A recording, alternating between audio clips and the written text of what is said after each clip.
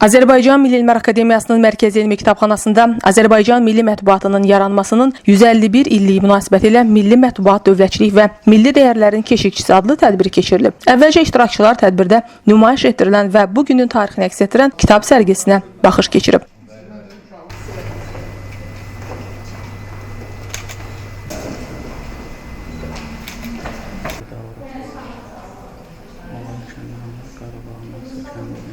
Tədbiri giriş nitqi ilə açan Mərkəzi Elmi Kitabxananın direktoru, Texnik Elmlər doktoru Hüseyn Hüseynov öncə media nümayəndələrinə Azərbaycan Milli Elmlər Akademiyasının prezidenti akademik İsa Həbibbəylinin təbrikini çatdırıb. Mərkəzi Elmi Kitabxananın rəhbəri cəmiyyətin maariflənməsinə, obyektiv informasiyanın çatdırılmasına və milli mənəvi dəyərlərimizin təbliğində mətbuatın mühüm rol oynadığını bildirib. Direktor qeyd edib ki, Mərkəzi Elmi Kitabxana ilə media arasında formalaşmış səmərəli əməkdaşlıq elmin, kitabın və mütaliə mədəniyyətinin geniş nümayəndə çatdırılmasına əhəmiyyətli töhfə verir. Yeni Azərbaycan Partiyası Yasamal rayon təşkilatının sədri Bəxtiyar Nəbiyev çıxışında Azərbaycan mətbuatının dövlətçilik tarixindəki mühüm rolundan danışıb. O bildirib ki, ümumilli lider Heydər Əliyevin 1993-cü ildə xalqın təkidi tələbi ilə siyasi hakimiyyətə qayıdışı ölkədə olduğu kimi milli mətbuatın inkişafında da yeni mərhələnin əsasına qoyub. Tədbirdə Səs qəzetinin təsisçisi və baş redaktoru Bəhruz Quliyev əsas məruzə ilə çıxış edərək bildirib ki, 1875-ci ilin iyulun 22-sində Həsən bəy Zərdabinin nəşr etdirdiyi Əkinçi qəzeti ilə əsası qoyulan Azərbaycan milli mətbuatı ötən 151 il ərzində xalqın maariflənməsində, milli özündərkin formalaşmasında və dövlətçilik ənənələrinin